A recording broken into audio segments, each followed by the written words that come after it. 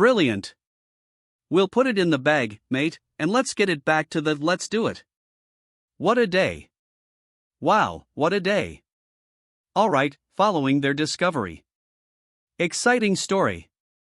Alex remains hopeful, thinking that maybe this time, our explorations will reveal something big.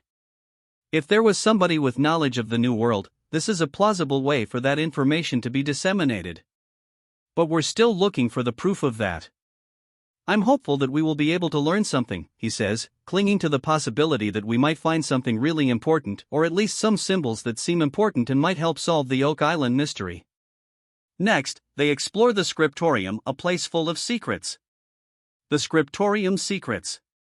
Though it looks like serious historical research, this quest sometimes feels more like we're chasing ghosts, focusing on symbols and meanings, interpreting them with a mindset filled with myths rather than solid facts. Yet, the thrill of possibly cracking a historical mystery, of being the ones to figure out something no one else has, keeps us hooked on this journey. In this search, each step feels laden with possibility. We pore over every detail, eager to weave together the fragments of a story that might just be hidden beneath layers of time and folklore. At every turn, we're driven by the prospect of uncovering secrets that have eluded others, interpreting each mark and orientation as a potential key to unraveling historical puzzles. Yet, there's a nagging feeling that perhaps we're reading too much into these clues. The symbols we find so compelling might not be the markers of ancient secrets we imagine them to be. Instead, they could simply be coincidences, or worse, our own creation. Symbols we've imbued with meaning because we so desperately want to believe in the legend. Despite these doubts, the allure of discovery is powerful. We discuss, debate, and hypothesize, turning over each finding, hopeful that among these stones and symbols lies an answer, a true connection to the past that will finally make sense of Oak Island's mysteries. With each exploration, the anticipation builds, only to be met, more often than not, with more questions than answers. But it's this very mystery, the promise of uncovering something monumental, that propels us forward. Whether we find definitive proof or just more intriguing questions, the journey itself becomes a captivating tale of historical detective work. You okay? I think it's time to go to the scriptorium. I'm really looking forward to showing it to you guys. Okay.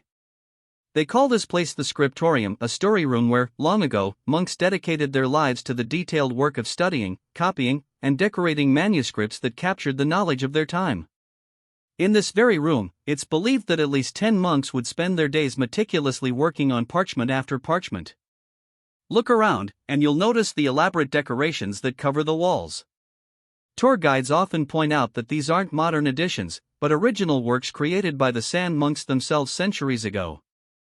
This isn't just any old room with desks, this is the scriptorium, dating all the way back to the mid-13th century.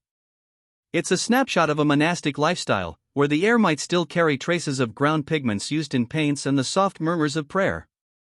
As Alex glances at a particularly well-preserved fresco, he lets out a quiet, wow. Just over your shoulder, you can almost sense the weight of history, the silent gaze of monks long gone, perhaps sizing you up, wondering if you truly appreciate the sanctity of this space. This room offers a glimpse into what life was like for those monks. Every ink stroke on paper was a sign of their strict, disciplined lives, cut off from the world outside the monastery walls. Their hunt for Templar treasures continues in the scriptorium. From ancient scriptorium to modern myths, there's a certain irony for those who visit now, seeking to touch a piece of history, often unknowingly idealizing a lifestyle that was far from ideal. Here, in the scriptorium, history feels alive, tangible. Not just in the faded paths worn into the stone floors by countless footsteps, but also in the vivid wall paintings that have miraculously stood the test of time. But if you pause and listen, what stories might these ancient walls tell? Perhaps they would speak of the tedious, repetitive tasks that filled the monks' days and the stern silence that enveloped their routine. The reality of their lives, a stark contrast to the romantic tales often told of monastic devotion, was one of hard work and little change, with each day mirroring the last. As visitors walk through, admiring the art and architecture, they might wonder about the real stories of those who lived and worked here. Each corner of the scriptorium, each faded manuscript, holds echoes of a past where the pursuit of knowledge and spiritual devotion were intertwined with a life of seclusion and simplicity. In this room, every crack in the woodwork, every hue in the fresco speaks to a bygone era of relentless commitment to faith and learning, painting a picture of monastic life that goes beyond the surface beauty and into the depths of what it truly meant to live a life dedicated to scholarship and silence.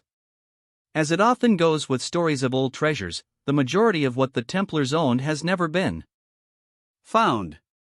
It's either lost to history or cleverly hidden, wrapped in layers of secrets and intrigue. Adding to the mystery is Nolan's Cross on Oak Island, which some enthusiasts believe might be a hidden clue pointing to where these ancient riches are buried. Could this really be a map to a treasure? Or is it just another piece in a puzzle that is too complex to solve? In the intriguing world of historical treasures and secret societies, the truth is often as elusive as the treasure itself. The Templars, once powerful and feared, now fuel modern myths. And while treasure hunts, their story, rich with drama and mystery, continues to captivate those who delve into the past, searching for clues. Could the painting in Dom be a breadcrumb in the larger mystery of the Templars? Or perhaps it's merely a relic? What was done on Oak Island would be preserved within Templar hierarchy, left behind to stir the imaginations of those who walk the same stone floors centuries later. The allure of hidden treasure, especially one as legendary as the Templars, casts a long shadow over history. It's a tantalizing tale of riches lost, and possibly waiting to be found, blending historical fact with the thrill of adventure. Each piece of the story, from the Tree of Life painting to Nolan's Cross, adds depth to a narrative that is as much about the journey as it is about the destination.